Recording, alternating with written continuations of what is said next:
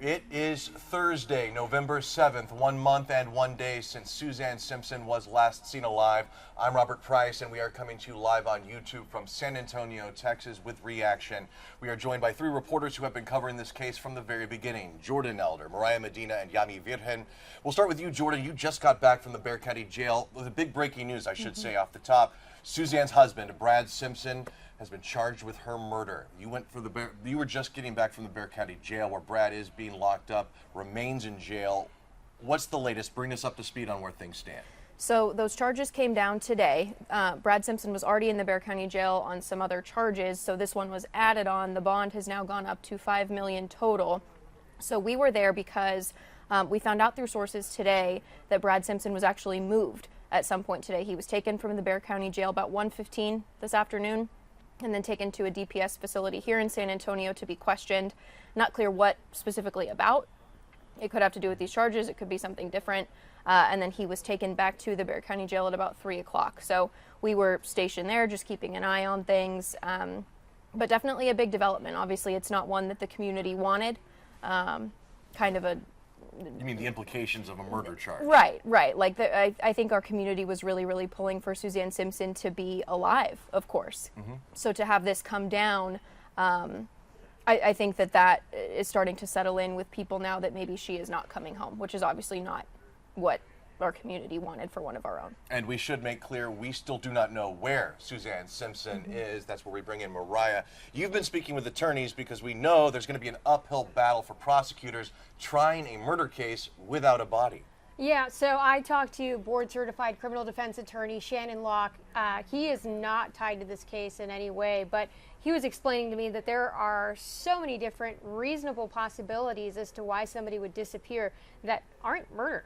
And so he explained to me that not only does the state have to prove that Suzanne Simpson is deceased, but that her husband had murdered her.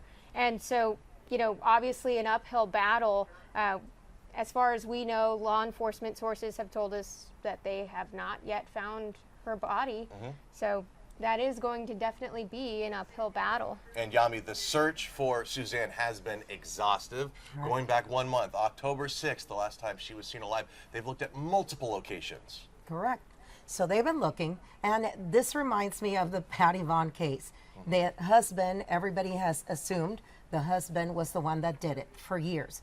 The sheriff's office has said that, but there were never any charges. So here, you kind of have to wonder, on the same day that Brad's friend was in court and they lowered his bond, all of a sudden we're taking now Brad Simpson out of the Bexar County Jail. We're taking him to a DPS office. We're going to try to talk to him again, and he goes right back, and now he's charged with murder. So you kind of have to wonder what evidence they have. Just like Mariah said, most of the times they do not want to try to prosecute without a body, but you have to have enough reasonable evidence there, probable cause for you to file a murder charge. I don't know when the last time is, maybe Mariah or you remember, when was the last time that you saw a $5 million bond? Oh. Yeah. Extremely rare. Extremely rare. So the searches are going on. I know at the beginning, we all were looking to see the different places that were owned by this family. Where are the properties? Right now, I think the key property that they're looking at is in Bandera. And I would assume that within the next couple of days, we're going to see them going back out to Bandera and start looking again for Suzanne's body. So we see the social media comments. We know how the public feels about his possible guilt or lack thereof. The family has been more tight-lipped. We have interviewed on camera Suzanne's mom, Suzanne's sister, and now Jordan, we're hearing from Suzanne's oldest daughter on social media, on Instagram. Right. So Suzanne and Brad are parents of 4 children. I believe their oldest is about 20. And she put up some extensive Instagram stories in the last few days. And she said something along the lines of, my father killed my mother in a fit of rage, and that there were issues with control.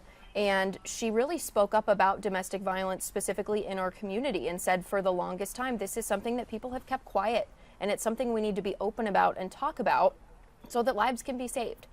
You could tell in the tone of those stories that she was frustrated. Obviously, I'm an oldest of 4, so I feel for her. I can't imagine what it's like to be in that scenario where your mom is missing, you don't know where she is, your father is in jail. As the oldest kid, that probably falls a lot on you. And so for her to speak out in that way, I think it was very brave, and I hope that it helps others too. Calling this to light, that domestic violence sometimes goes unspoken about in San Antonio. Normally a staple in news gathering and murder investigations, what we rely on in telling you the news is the arrest warrant affidavit. That's where we get a lot of the nuggets that become public. We don't have access to the arrest warrant affidavit for this murder charge, do we, Mariah? Right. So immediately after the charges were made public, I requested the arrest affidavit, and that usually details what probable cause law enforcement had to secure the arrest of that individual for that particular charge. And in this case, I was told that per orders of Judge Escalona, that would be under seal for 30 days. Now, I did talk to Shannon Locke, who is a board-certified criminal defense attorney, just restating this. He doesn't have any connection to this case, but he explained to me that is very rare, that it is filed under seal. And so he says that something that tells him is that the state has evidence or leads or investigative details that they don't want the defendant, in this case Brad Simpson, or his defense attorney to know about just yet. And I did reach out to his defense attorney, and his defense attorney obviously said no comment. But it's going to be very interesting when that is unsealed, because obviously they filed these other charges and we're just now seeing that murder charge. So it's going to be interesting to find out what new details led them to believe that they had enough probable cause to make this arrest for murder. It's so much so that a judge signed off on it. I mean, for instance, the knowledge that we have in the public of the witness, the neighbor who across the street saw him restraining his wife the night that she went missing. We only know that because of the arrest warrant affidavit. Now, correct me if I'm wrong. You may recall last month, law enforcement and all those volunteers spent days, 4 or 5 days out at that landfill. They needed a search warrant, and that was also sealed, I believe. So we also don't know what evidence prompted them to look so hard at that landfill. Definitely, and something about search warrants is that they do have a lot of information, and whenever they return those search warrants, they file what is called a return, and that's when it becomes a public record. And so we've checked, and we have found that no returns so far have been filed yet, and we still don't know what led them to those particular locations. Yami. Yeah, and I wanted to mention, I pulled up the affidavit from earlier when Cotter was arrested, his best friend. That's right, yeah. So that one, the interesting thing to me about this is it says, I learned that Brad Simpson had texted Cotter on 10/8 following, if you're in Bandera, can you haul ass and meet me at your house? I don't have much time. And then if you keep going down, he also tells him to make sure that he leaves all that, quote, shit in the pump house, especially that gun. It just leads you to believe they have a lot more, and of course, that we have yet to see. That Bandera location, I think, is going to be key. You got to think about the amount of time he had, where could he have gone, why were they at the landfill? If we remember on that affidavit, it was also saying, I think that it was the last ping from that cell phone was near a restaurant close to their home. So if that was the last place where her cell phone was, you just start thinking, how long did he have? From the point of time that you know there's a ping on that cell phone to he disappeared, then he got home, you have to kind of draw a circle as to how far he could have gone and come back. I should mention I was actually in court on Monday for that longtime business partner James Val Cotter's bond reduction hearing. His attorneys were fuming because they had set his bond at $1 million, $500,000 each for 2 charges: prohibited weapons possession and evidence tampering. His attorney was arguing, in all my 30-plus years of practicing law, I've never seen bonds set this high for such a charge. This is outrageous. This is unconstitutional. Well, the prosecutors were arguing Val Cotter has shown a willingness to protect Brad Simpson, his longtime business partner, at all costs, and if we let him out, he's going to probably evidence tamper more, that he's going to go back out and hide more evidence. And so, I mean, you would agree, though, that that was a very stiff bond amount. Very, very stiff bond amount. And not only that, something that that I had learned today is that the filing of this arrest affidavit might be strategic on part of the state. So the state has, I believe, 90 days for felony charges to indict the case. Otherwise, the defendant will have to usually be released on a PR bond. So that's basically go free, you know, on your own recognizance. And so you hit the nail right on the head by saying that there are millions of dollars worth of bonds in this case. So it seems as if maybe the state feels that there's some approaching deadline. So now this new charge gives them 90 more days to continue to hold Mr. Simpson. And not only that, they can always dismiss the affidavit and file it again. Jordan? Well, there's so many layers to this, too. Later on in the affidavit that Yami was reading a second ago, you found out that Val Cotter is accused of taking one of the guns from Brad Simpson and hiding it strategically inside a wall, I think behind a TV. Behind the TV. To the point where you had to have a very specific string mechanism to pull it out. Like this, it seems planned, because most people, at least in my experience, don't have places and situations like that set up specifically.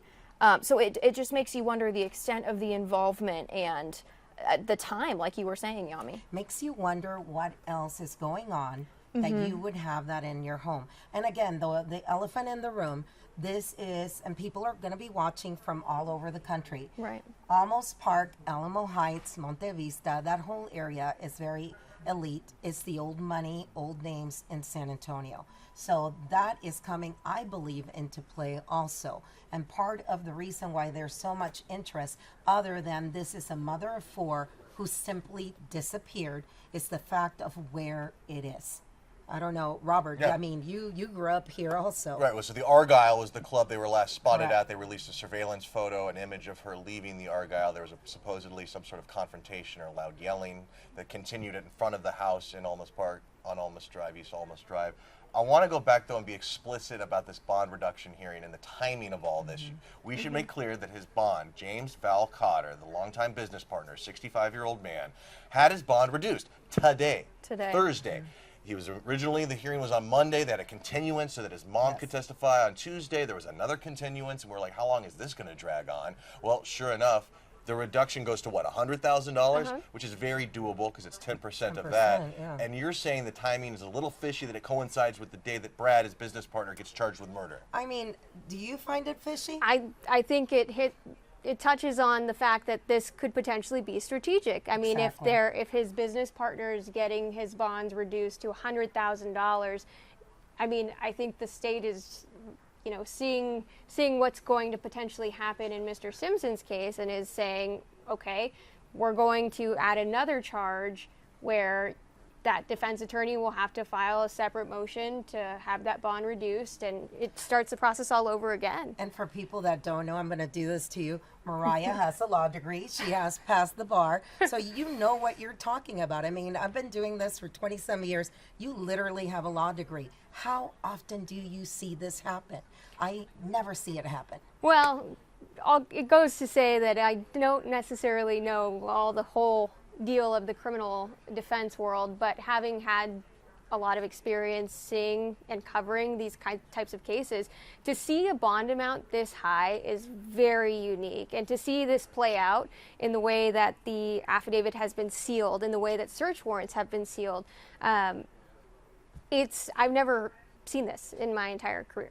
Okay. And we should mention this is on YouTube right now, and we see your comments. Mariah has been tasked with looking through your comments. Please keep them clean. And she's going to be relaying some of them, kind of putting them out to the crowd, putting them out to the panel here, and maybe we can address some of their concerns. So a lot of them are very much, you know, sympathies and prayers that Suzanne is found. Mr. Sauceda says, this woman did not deserve this. Her husband needs to confess. It's horrible. I want to talk about something that we've heard from family members of Mr. Simpson. It seems that the sentiment has been that they're cooperating with investigators. Oh, especially his brother. His brother's been very vocal on Facebook, updating posts saying, our brother was not raised this way. If he's not going to cooperate, we will cooperate on his behalf. Yeah. They've gone out of their way to be very public and saying, we do not condone this. And I find it interesting. I mean, these are two families There are 4 children, the youngest one being 5 years old. And think about it. I mean, she had that child when she was 48 years old. You know, the other children are older. I have spoken to people that know them, and they did tell me that a lot of the arguments that were going on was also having a child very young, and they're older in life. They were not expecting this. So a lot of changes in their life. But that still, I don't understand how you see this happening. And there were a lot of questions today on Facebook. People were asking, why didn't someone come forward? I know her daughter, right, Jordan? Said the community failed us. Yes. Her daughter, what was the exact statements that she was making about the community? That they saw this and they said nothing, kind of, that was the indication. Yes, and that this is something that has gone on for so long, specifically in this community where you are silent about it and you don't talk about it if you see it, and kind of implying that maybe if someone had spoken up, maybe things could be different in this community and potentially for their family, which is so heavy for a 20-year-old when you think about being 20 years old and having to confront that. I have a 20-year-old. You My do. 20-year-old is in college doing what this young lady's doing, living their best life. And all of a sudden, your mom's just gone and your dad's sitting in jail. I mean, I can't even understand what she has to be going through right now. You know, I don't know this. This is mere speculation, but I would have to imagine the location of her body may be used as a bargaining chip in terms of some sort of plea deal, sentencing, or otherwise, that the only way we're really ever going to find her is if Brad leads us to her. You know, I think somebody brought this up on Twitter where they had said, you know, at what point does sudden passion come into play? And that's obviously at the sentencing phase or punishment phase, where you can argue that this was a quote unquote crime of sudden passion and the, I guess, punishment range is reduced. But that's very rare. But in this case, who even knows if it will reach a trial? And to be honest with you, these devices that we have in our hands, that we wear on our bodies, they have a lot of data. Yeah. They collect a lot of data. And I don't know if the public really, and if people just generally underestimate what these things are tracking. I mean, even his truck, you know, I know law enforcement put out a surveillance video of Mr. Simpson's truck, and they were asking people, hey, if you have any video of this, but that truck has GPS data. The number of cases I've seen, I mean, even in this case in particular, the text messages, you know. Everything. It's when you're walking around, this thing, all the apps you have open in the background are picking up your location.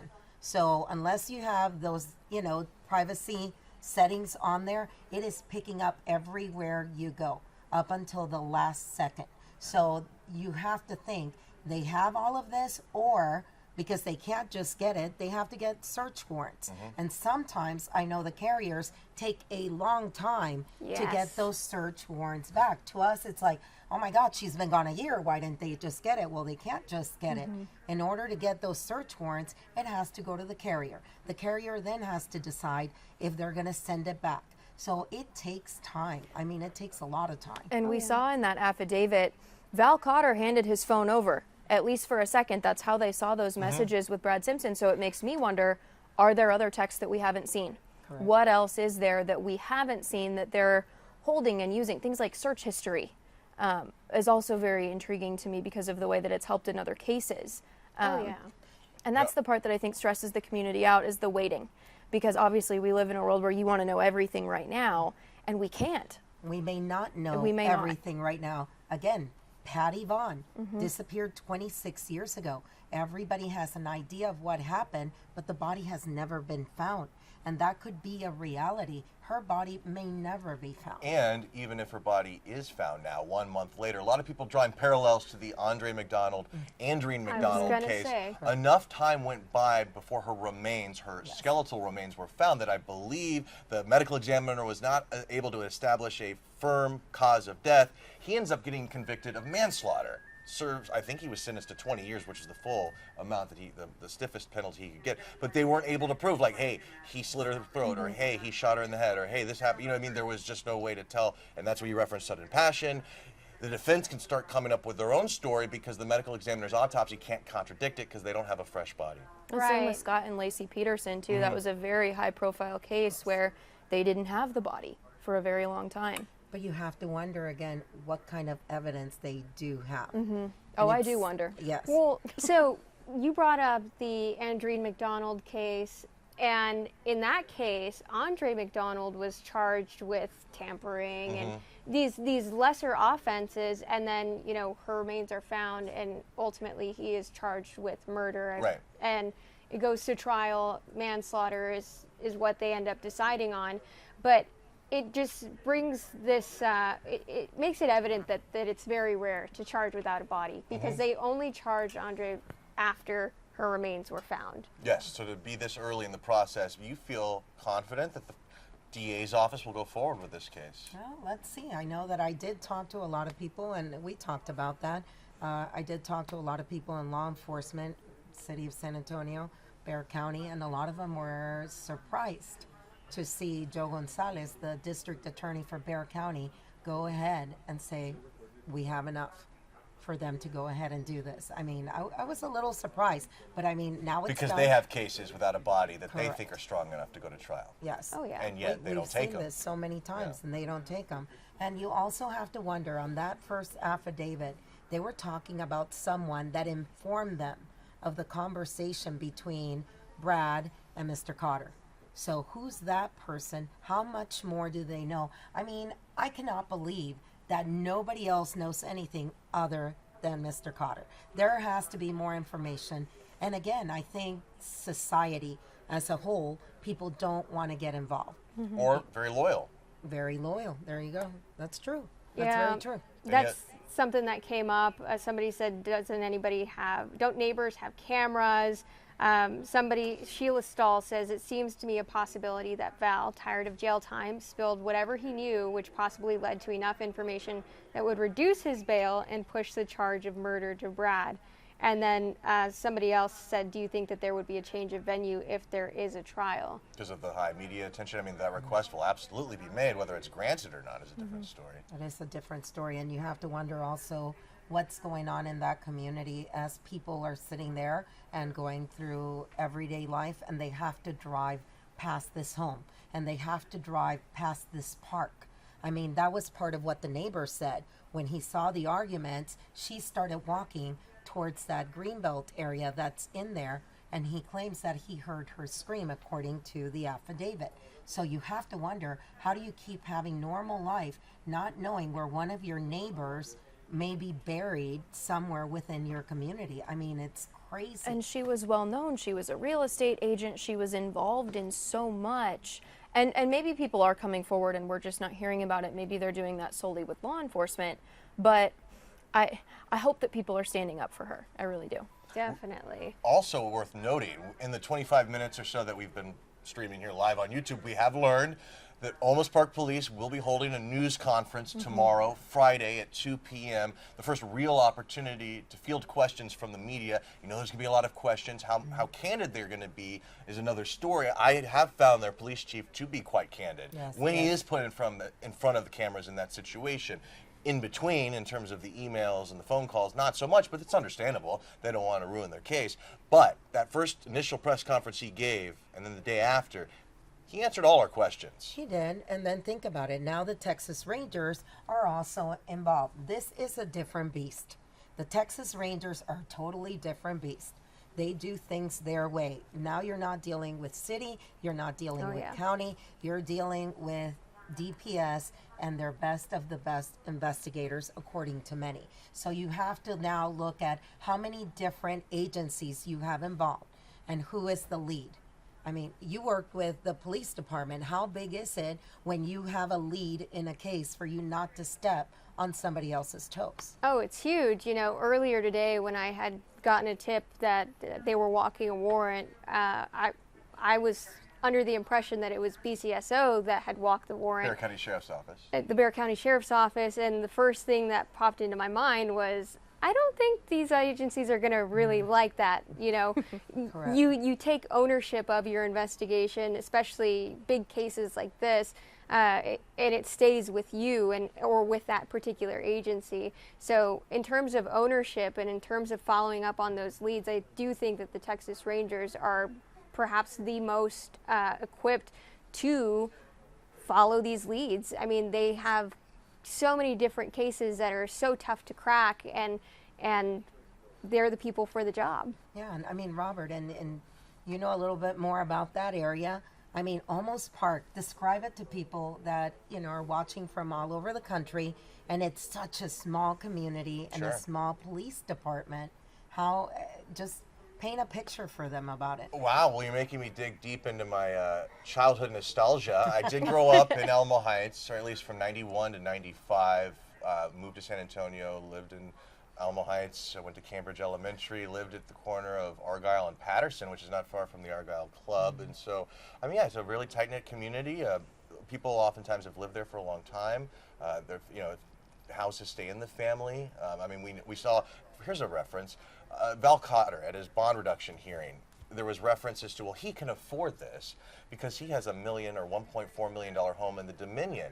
Well, the defense's argument was, actually, that's my mom's house, or that's Val's mom's house. Yes. It's in a trust, and the trust can't be used for a bond, to post bond. So, I mean, that gives you a sense of, you know, money going down from generation to generation. And so they also said he had a $65,000 truck that was paid off. You know, no mortgage payments on that $1 million house. That was paid off. So, yeah, the people involved in this case are well off. Yeah, and Jordan was sitting there today, and they were in two vehicles, and I know the photographer was also like, they're looking at me. They're looking at me. You notice things, right? It's a small community, and so they notice when something is off. So we had heard that maybe this warrant was getting walked. We didn't know if they were going to take him and question him and where that would be. So we went back to Olmos Park Police Department, and people immediately notice when there's these two cars that don't belong there that are just kind of hanging out and waiting. You can tell that people know each other. I was shocked by the amount of people walking around and greeting each other and, you know, walking dogs and talking, because you don't see that in every neighborhood. Here's a little exercise we can do that I think might be instructive. Let's imagine you're assigned to the press conference tomorrow. You're assigned to the press conference tomorrow. You're assigned to the press conference tomorrow. What is the first question you're asking the police chief when he says, all right, I'll open it up for any questions? What new information do you have that has led to this arrest and this upgrade, if you will, in charges? I think I would ask, say something to the person that may still be out there that has information on this case that is preventing this family, preventing these 4 children from knowing where their mother is, so they can at least give her a proper burial if she is dead. That's what I would want to know. I would want to know more about the specific types of evidence that they have already. I know they probably wouldn't be able to get super specific about what they have, but if they have search history, if they have more text messages, if they've got surveillance camera video, I would just want to know kind of in generalities, what are they going off of? And what do they need, if they need anything else that people may have? What changed? Why now? I do want to ask, Yami, because you cover crime in courts extensively, have you ever seen a defendant taken out of the Bexar County Jail and taken to a different location for further questioning? That struck me as odd. Well, not for questioning, but in the Lena Sadar Keel case, the little girl that went missing, a 4-year-old, she's been missing now, it's going to be 3 years. They did take a suspect out and took him near the house earlier this year to try and point out an area where he claimed that her body had been. So other than that, not really. But again, there's a lot of things that we don't know that law enforcement are doing. That's their job, and they have to keep it under wraps. But yeah, I found it interesting. I know media was driving around, several different media here in town were driving around between Olmos Park, between Bexar County Jail. Like nobody knew, because this is not that common that they do it, you know? Yeah. Something that I wanted to bring up, you know, we've seen in the past and we've covered in the past where families of individuals who have been murdered are upset with the DA's office because the murder case was dismissed. But I wanted to bring something up, and it's that if they proceed with this case, you really have to make sure things are buttoned up. You only get one bite of the apple once you're going for that trial. Once things start, you know, you really have to make sure that you have what you need to prove the case beyond a reasonable doubt. I mean, with Andre McDonald, he was convicted of manslaughter, for example. You know, in this case, I think it's very important for the public and also, you know, for us here at home or home work, to realize that filing this case is a pretty significant step. And I understand that they can dismiss it and refile it easily, but even bringing these charges, it really strikes you as they have something. I mean, think about it. We all text with sources all the time. Do you text exactly what you need if you're really concerned? I don't. I know that for sure. So you kind of have to wonder what else he texted his friend when he was telling him to get the gun and get the other stuff. I'm like, why would you text that? Right. And he was saying, this isn't the exact language, but social media is crucifying me. Yes. He was checking. He was looking to see what people were saying about all this when Suzanne went missing. I thought that was a very candid thing to say to someone. And obviously it's one of your best friends. He says, you're all I have. Yeah. And I know I'm going to mess this up, but somebody told me, they're like, now think about it. You're in court, you're trying this case, and if you're the defense attorney and you say, you know, well, what if I told you right now that Suzanne's about to walk in the back door? Oh. If everybody turns around, there's your reasonable doubt. That is, yes. Wow. I've heard that anecdote before. Yes. And I was just thinking about that, you know. So it makes you wonder, what do they have? If he went ahead and texted that, what else did he text that day? And again, you know, everybody's hoping, but now they've charged him with murder. So you have to really think in your head, there has to be enough there that they're pretty sure that she's dead. Pat Sem says, if there was a plea deal, could it have been made today? In all likelihood, no. Usually this is after the state has provided discovery, when that is, you know, all evidence that they have against the accused individual.